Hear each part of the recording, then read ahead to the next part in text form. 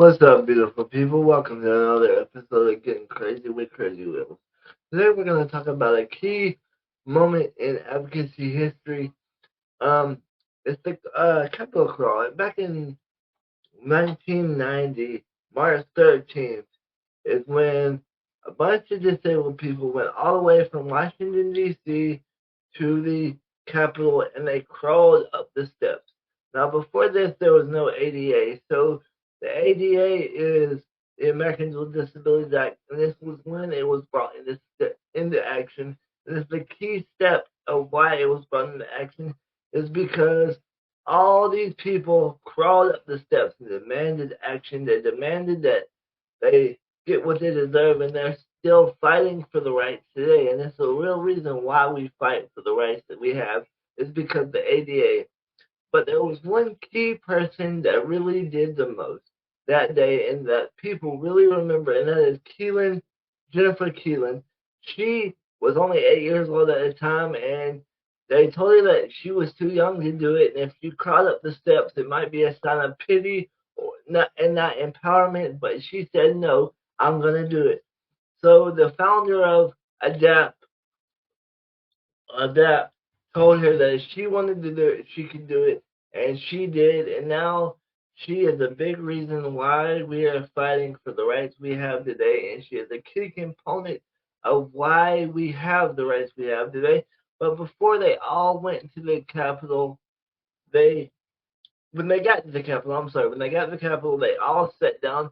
They threw away their wheelchairs. They threw away every mobility device they had and said, "No, we're not going to move until we get to speak to the House, the legislators, or the House of Representatives, or somebody to get what we want." So they all abandoned their wheelchairs and every mobility device they had and sat in the middle of the floor until they got what they deserved. And they crawled all the way up the steps, and this is why we have the ADA.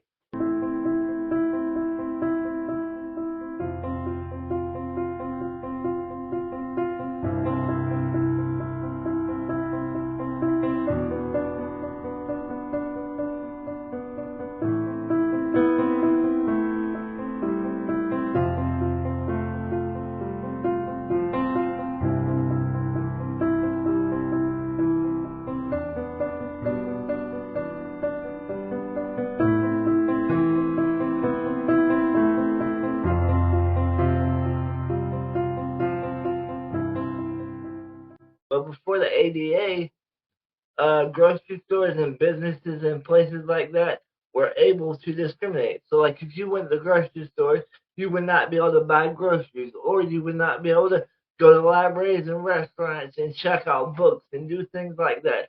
So, because of Keelan and this um, passing of the ADA and things like that, this is why we are able to check out books and why we're able to have the rights we have to go to the grocery store and do things like that. Because even if you were going to ride on a train, you had to abandon your wheelchair. There was no accessible seating, no nothing for you to be able to do any of that. So you had to completely uh, leave all your mobility devices and everything you had behind and basically be stuck on the train and not be with anybody that you came with. So, like, when it came to riding the train, you may have to just leave your friends behind and say, "Okay, you got to get on the train. I'm going home." So, imagine what it would be like to not be able to even ride a train or go anywhere or check out a book at the library or even order at a restaurant. Can you imagine going to a restaurant where your friends are all wanting to hang out? Maybe get a steak dinner and go on a date. You still can't even go on a date or go out with your friends to have a steak dinner. Imagine that.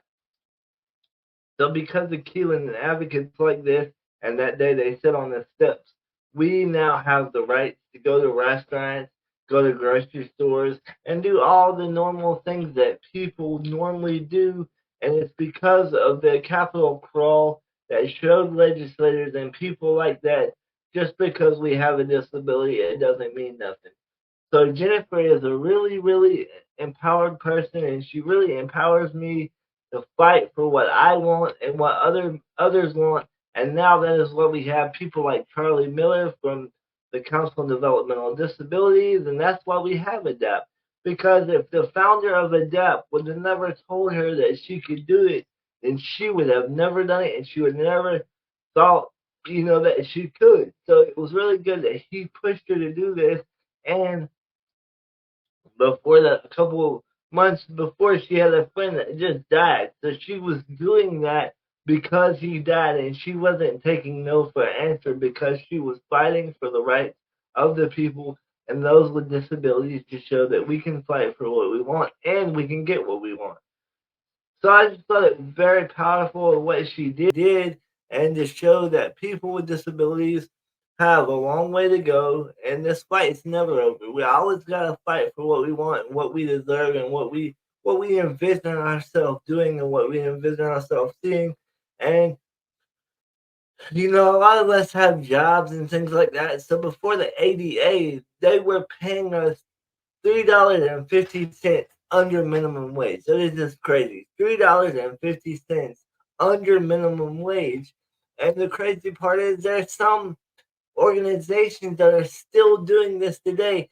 And some of these companies and organizations that are doing this is organizations that support people with disabilities. They can file for a C-14, and that document says if they are approved that they have the ability to to pay people less than minimum wage. That's $3.50 an hour. So we must continue to fight, and we must do what we think is right, and we must speak out fight for Medicaid waivers and become, getting documentaries. And if you have a campaign, if you have something that you're passionate about, if you see something that somebody with a disability don't understand and they just don't get it, then fight for it. Educate them. Tell them, hey, this is what we're fighting for. This is why we got to fight. And you can use examples of what Kristen and her mom and all the other advocates did that day at the Capitol.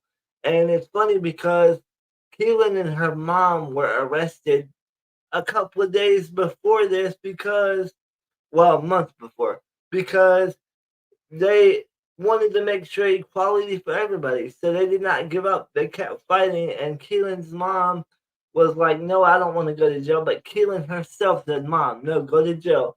Because sometimes we have to make statements and we have to fight for what we want.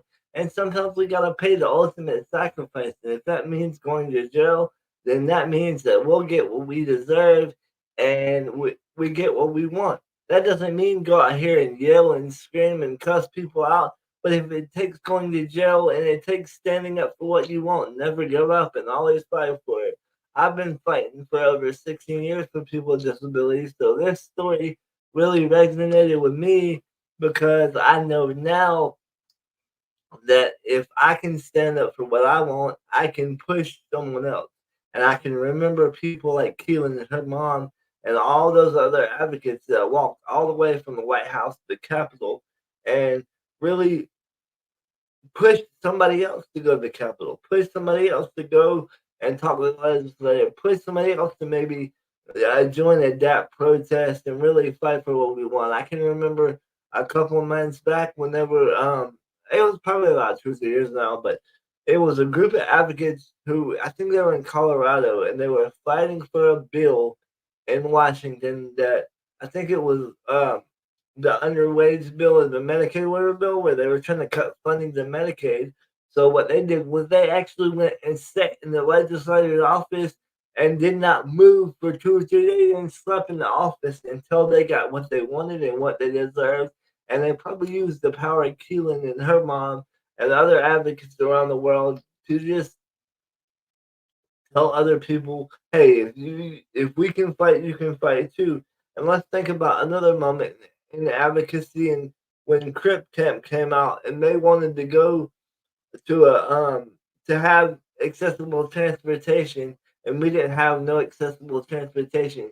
They actually laid on the ground until somebody said, okay, we got to get accessible transportation. We got to do something. They actually went to the bus garage or wherever they were at that night and laid on the ground until someone took notice and they said, okay, we need to get accessible transportation. We really got to think about this and we really got to do something. We got to do it quick because these people with disabilities don't play around and they don't stop fighting until they get what they deserve. So whenever you think, you're having a bad day, you feel like not fighting, and you feel like that life is not worth it, take people like Keelen and her mom and all the other advocates and things like that, and think about what they did, and think about what you can do to carry on the legacy for not only for yourself but others with disabilities.